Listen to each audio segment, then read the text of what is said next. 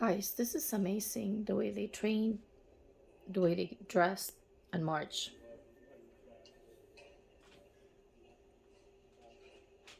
I actually love the tradition, guys. I think life would be boring without king, queens, prince, and princesses, right? All we do is just work and work. So I like this. I don't know why other people like to dissolve the imperialism, but I think they're beautiful. Makes you believe in half reality, half fantasy, right? So it's tradition, it's part of their history. I don't know what people are thinking when they said they want to dissolve the monarchy.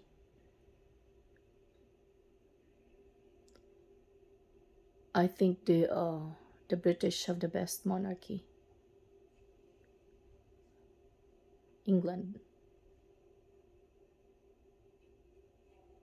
Look at how they train their people, how they dress. It's magnifico.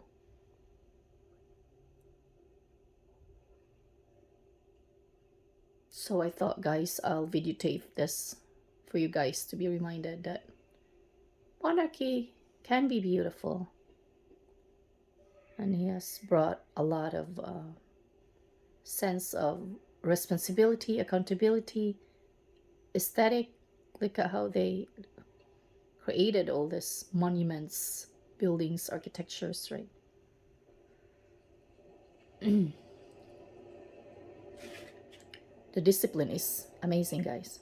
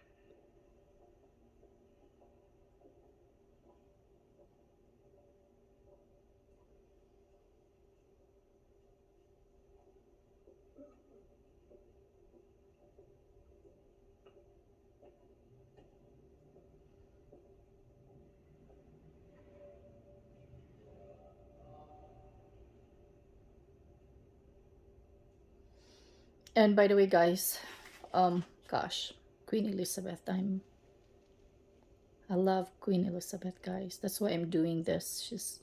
I think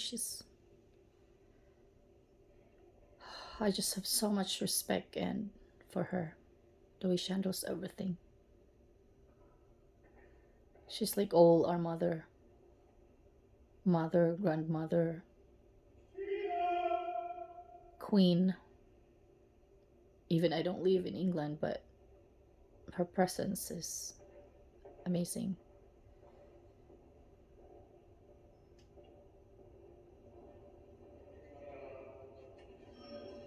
I think she's one of the best that represents humanity, don't you think, guys? Actors and actresses are not even half of what she is.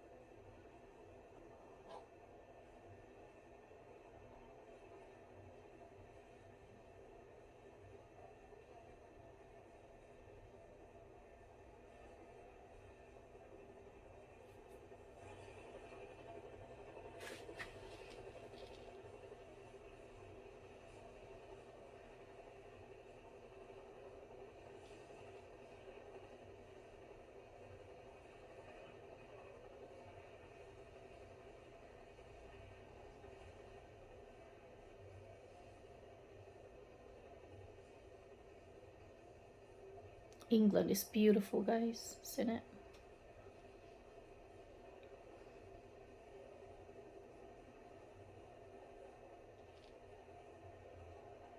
So beautiful how they made it.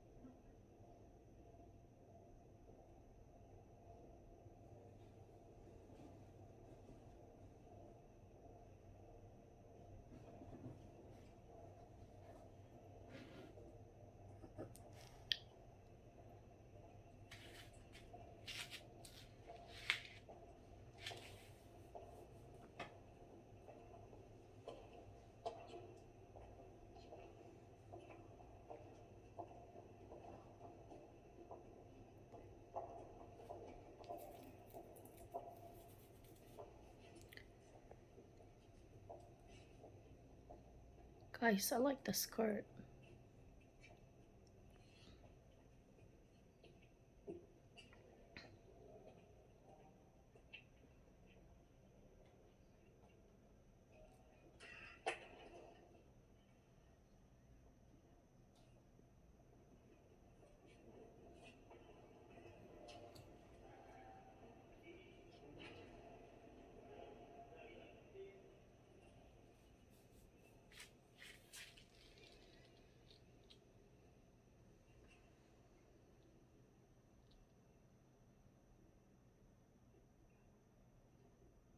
Your Majesty, I welcome you and Her Majesty the Queen Consort to Parliament today on this solemn occasion.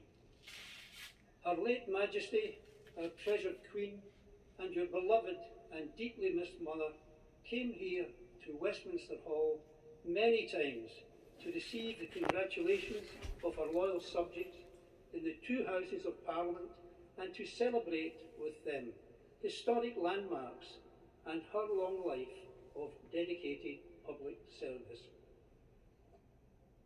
She was both a leader to and a servant of her people. Her humility and integrity commanded the respect and captured the imagination of peoples and nations across the globe. Her late Majesty's joyous, unstinting and reassuring presence across the years made it difficult to contemplate that her long and inspiring reign of deep and unparalleled devotion would ever end. We and the nation closed our eyes to this inevitability. We celebrated Her late Majesty's historic Platinum Jubilee. And as you said so movingly, Your Majesty, in your address to the nation, we all now feel a sense of loss beyond measure. Nevertheless, the qualities that Her late Majesty embodied with such constancy remain to inspire you, Your Majesty, your family, and all your subjects. We remember her commitment, her kindness, her humour, her courage, and her fortitude, as well as the deep faith which was the anchor in her life. Your Majesty, this is a historic space, its walls built more than 900 years ago by William Rufus, and the magnificent hammer beam roof above us, commissioned 300 years later by Richard II. Since medieval times, much of our national story has taken place within these very walls, from civic gatherings to coronation banquets to the centuries during which this hall was at the heart of our legal system. But this ancient hall is a living space, and like our great nation, it continues to evolve. In 2012, Her late Majesty came to Westminster Hall to mark her Diamond Jubilee, and we saw the unveiling of the splendid memorial window, commissioned by both members of Parliament Houses, which now graces the north wall of this historic space. And now, for 10 years, the light from that window has added beauty to the grey stones of this place, bathing them in colour and reminding hundreds, nay, thousands, millions of visitors to the Palace of Westminster of Her late Majesty's dedicated life of service. Like the light that shines through this memorial window, Her late Majesty's magnificent achievements will live on by permanently illuminating and enriching our lives and our national discourse. Your Majesty, even as we mourn the loss of our dear Queen, we and future generations will draw strength from her shining example. Your Majesty, on behalf of all the members of the House of Lords, I pledge my loyalty to you and wish you and Her Majesty the Queen Consort well in the life of service to which you have dedicated yourself. We are proud and indeed humbled to welcome you as our King, and we look forward to welcoming you on many more occasions to Parliament and to this hall in the years ahead. Finally, Your Majesty, the House has commissioned me to deliver the following humble address, which their Lordships agreed on the 10th of September. I shall now read the address. Most gracious Sovereign, we, Your Majesty's most dutiful and loyal subjects, the Lords spiritual and temporal in Parliament assembled,